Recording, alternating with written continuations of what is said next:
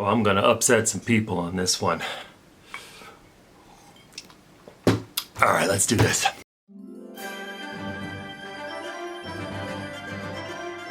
Hello Doomers and other Indiana Jones fans. Today we got a special video for you. Well, they're all special, aren't they? Today we're gonna talk about the worst Indiana Jones fedora. Now, those of us in the Indiana Jones costume community are familiar with indiegear.net. I know when I was first really doing some research into the costume back in 2006, Indie Gear and Club Obi-Wan were the places that I went to the most. This was even before I was on Facebook and before all the Facebook groups existed. My interest was always in the Temple of Doom look. As I've said many times, Temple of Doom is my favorite movie. I would go to Indie Gear to do research on the costume. Now, Indie Gear, you can tell from reading it, they are very much Raiders grognards is really the best way I can describe it. There is a segment of the indie community that are really into the Raiders look. That's the only thing they're interested in, and everything else is not satisfactory to them for whatever reason.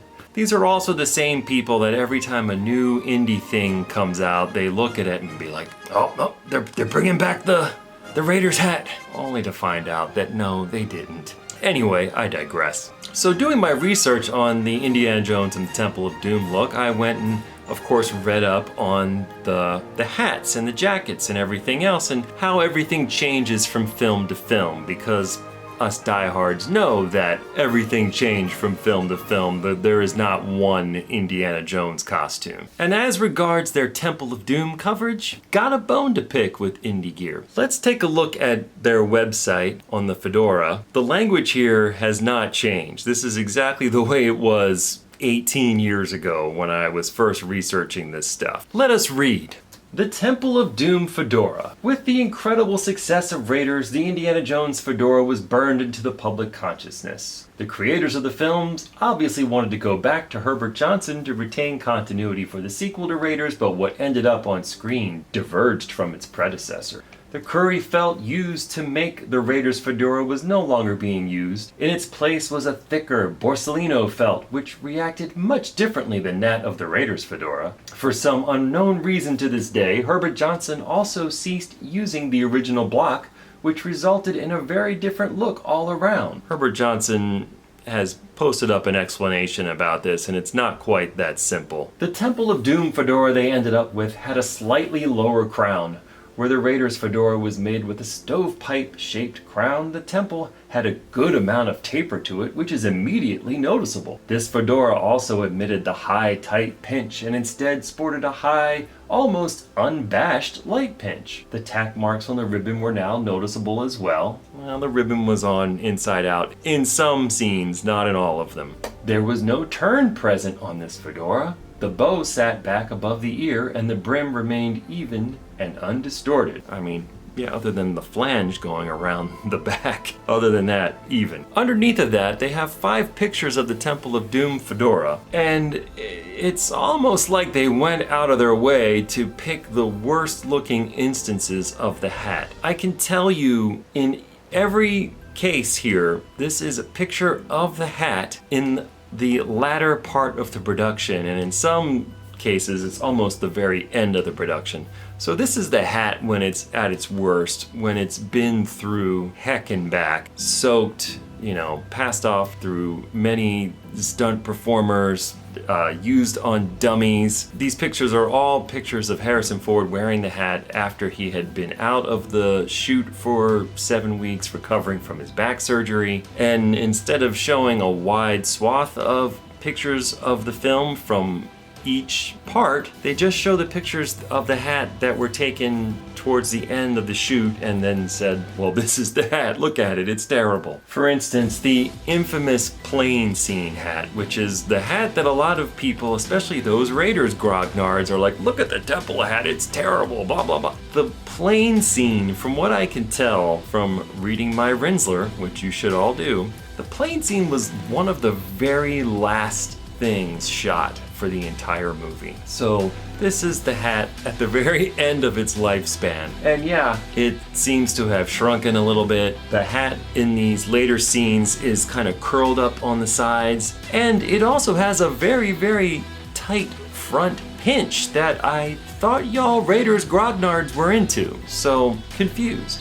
This hat also seems to almost uniformly have another dent in the back right side. If you can look, even the pictures here on Indie Gear, you can see he's in the temple, you know, yelling at Short Round to stop fooling around with that kid and get in the cart now. You can see the dent right there. He has the dent all throughout the plane scene when Willie picks up the hat. So yeah, the hat has been really beat up, just like the rest of Indy's gear was really beat up. But is that really representative of the Temple of Doom hat? Now, if you watch the film, you'll see in all of the Sri Lanka scenes, which were done at the very beginning of the production, you see the hat at its best when it's brand new. And I mean, it looks fantastic. I'm sorry, I know I'm a Temple of Doom nerd, but I think this hat is the best damn hat in the entire series. And y'all front pinch grognards can start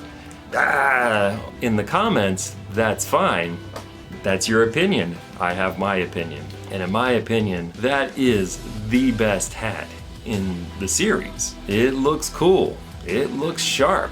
It looks like a hat that like a sophisticated professor would wear while on adventure. Sometimes the Raiders hat, gotta be honest, in some scenes, looks kind of like Indy should be holding a little sign that says, "Brother, can you spare a dime?" It crosses over into hobo status in some scenes. Sorry, you get mad all you want. I gotta contend with stuff like this on Indie Gear, so you can share a little bit of criticism there, Raiders people. Let's continue on. Now, after the Temple of Doom write-up, we get this fair and balanced coverage. The Last Crusade fedora.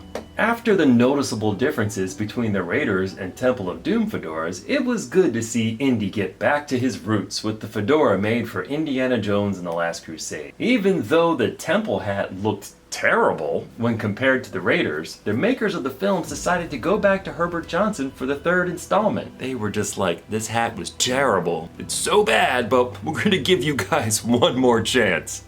This time around, even though the Borsellino felt was about the same as it was for the Temple fedora, Herbert Johnson used a block shape similar to the one used for the Raiders fedoras. Again, Herbert Johnson does not line up with this version of events. They have a whole write-up on the blocks that you should read. I'll put a link in the description, and is the one they continue to use today for their Indiana Jones fedora, the Poet. All the Indiana Jones fedoras are based on the Poet. The block shape Herbert Johnson used was more reminiscent of the block used to make the Raiders fedoras. So with the Last Crusade fedora, we saw the return of the distinctive hat profile audiences came to know and love. What are you talking about? The hat is pretty much the same as the Temple of Doom hat.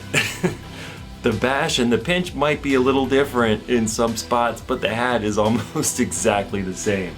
And here's a funny thing, and some of the Last Crusade hat makers can back me up on this. A lot of times they're asked to make a Last Crusade hat, and you know, just like any other indie movie, there's different scenes that people tend to ask for. And one of the ones that they ask for is, well, I want the hat from the poster, from the Last Crusade movie poster. That's the Temple of Doom hat! That's not even from the movie Last Crusade. That picture for the poster was taken from a promotional photo from Temple of Doom. So when you order that hat, you were saying, I want a Temple of Doom hat. Which I am all for, do it. While not as dramatic as the Raiders fedora, the Last Crusade sported a tall, untapered crown and more of an unabashed look, with a pinch a little tighter than what was seen on the Temple fedora. A little tighter, so therefore better. And I'll show you some stuff. You tell me what's tight. In addition, the brim appears to be a slightly narrower snap brim with a more pronounced dimensional cut than on the previous film fedoras. Yeah, the Last Crusade brim is like really narrow in spots. I mean, okay. On this hat, as with the Temple of Doom, there was no turn, but Harrison Ford worked his magic once again and gave the back brim a slight upwards curl or swoop as he had done on the Raiders fedora. And the Temple of Doom fedora, they all have the flange. In fact, the movie that has the least amount of flange in it is probably Raiders. And if you look at their own photos, you can see in the Cairo hat, there's no flange. So I don't even understand this, except that it's clear whoever wrote this article doesn't like the Temple of Doom hat. That's fine, but I think this article could use some updating. It's a little unfair and a little too biased towards the Raiders hat. And now, am I going to tell you that the Temple of Doom hat looks beautiful in every scene and that it's just perfect? No, none of the hats are. But I do have a candidate for the worst indie fedora, and it's not what you might think. Now, for worst, I'm going with this, that, and whatever this thing is supposed to be. Now you'll notice that all three of those hats are from Last Crusade. And yeah, without a doubt, in my opinion, the Last Crusade hat is the worst of the three. Yeah, the Venice Pier hat looks great. That's that one spot in the movie where it really shines. But as the film goes on, I just think the hat just starts looking worse and worse. And then with the short brim and the mushroom top, and then with like almost no pinch at all in the front, it just starts looking really strange. And you can say, yeah, the Temple of Doom hat looks bad when it gets roughed up, and that's fair. I'm just saying that in my opinion, when you add in all the elements of the shoot and everything, the Last Crusade hat comes out a little worse for wear. Now this brings me to another point. I won't argue that the Raiders hat is iconic. It's the hat that was on the character when the series kicked off. There are people today that, you know, that's what they want. That's the only hat they want. They want the tight pinch in the front. They want the turn, and that's fine. If that's what you are into, have at it. Now, it's also true that the only Indiana Jones film that the Raiders style appears in is Raiders of the Lost Ark. That's it. There are 4 other Indiana Jones movies, and all of them follow the Temple of Doom template going forward. Now sure, you can say, well, you know, it was, you know, blockier in some and more stovepipe in others, and you know, I find very little differences though from Temple to Crusade to Skull to Destiny as compared to the Raiders hat. The Destiny hat, as a matter of fact, was modeled after the Temple of Doom fedora. And yeah, again, when it first started showing up in publicity shots and behind the scenes, people were like, oh, we're getting back to that Raiders hat. The Raiders grognards never cease to see Raiders in everything. And I remember commenting on one of those posts saying something like, I don't know what y'all are seeing, but that looks like a Temple of Doom hat to me. And as it turns out, coming from Herbert Johnson themselves will tell you that when they made the Destiny hat, they used a Temple of Doom hat as the model. It's right there on their blog, and I will also link that article below for you to read. So it's true that the Raiders hat may be the most iconic. The Temple of Doom hat is the template from which the other hats in the series follow. And you can say, well, the felt changed or the block changed. The fact of the matter is that there are indie hat makers out there now. Penman, Screencapped, Adventure Built, Steel and Jones, they can make you a Raider style hat. Herbert Johnson can make you a Raider style hat. The ability to make you a Raider style hat is there. The filmmakers chose not to. Even when they did Crystal Skull and they stepped away from Herbert Johnson and they went with, Steve Delk, who was a fan, who was known for his very accurate Raiders hats. At the end of the day, the hat that they came up with resembles more the Temple of Doom sort of soft front pinch, and instead of the tight, dimensional brim, the turn, they didn't do any of that stuff.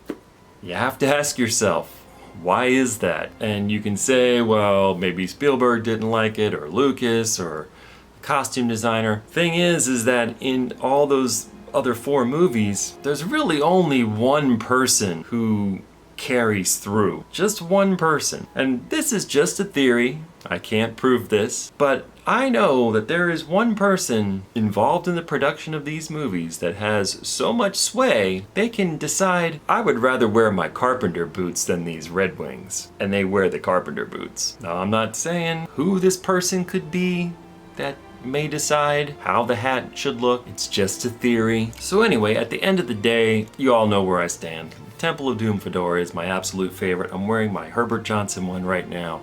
I love it. I think it's beautiful. It is just as beautiful as the hats from the movie. I really think that Indie Gear should revisit this article, maybe make it a little more fleshed out, include pictures of the hat from earlier in the production when it looks the way that it was intended, the way it was presented to the production, because that's what they said, yeah, that's the hat that we want. Instead of just posting a bunch of the beat up hats from the end of the production and being like, see, this hat's ugly. There's a lot of hats that can't withstand that sort of scrutiny. And if you're a Temple of Doom fanatic like me, I started with Kirk Brockman, the Indiana Jones and the Temple of Doom cosplay group, and that was just so we could have a place where we didn't feel like we were always kind of the redheaded stepchild between Raiders and Last Crusade, where we could talk about Temple of Doom gear without constantly hearing, well, there's no tight front pinch. All the other groups are so Raiders forward. I just felt it was nice to have a space where we could just talk about the gear from this one particular movie. If you're interested in that, sign up at the Facebook group. I'll be happy to let you in. Just answer those questions, because people don't answer the questions, I don't let you in. That's all for now. I wish you all much fortune and glory.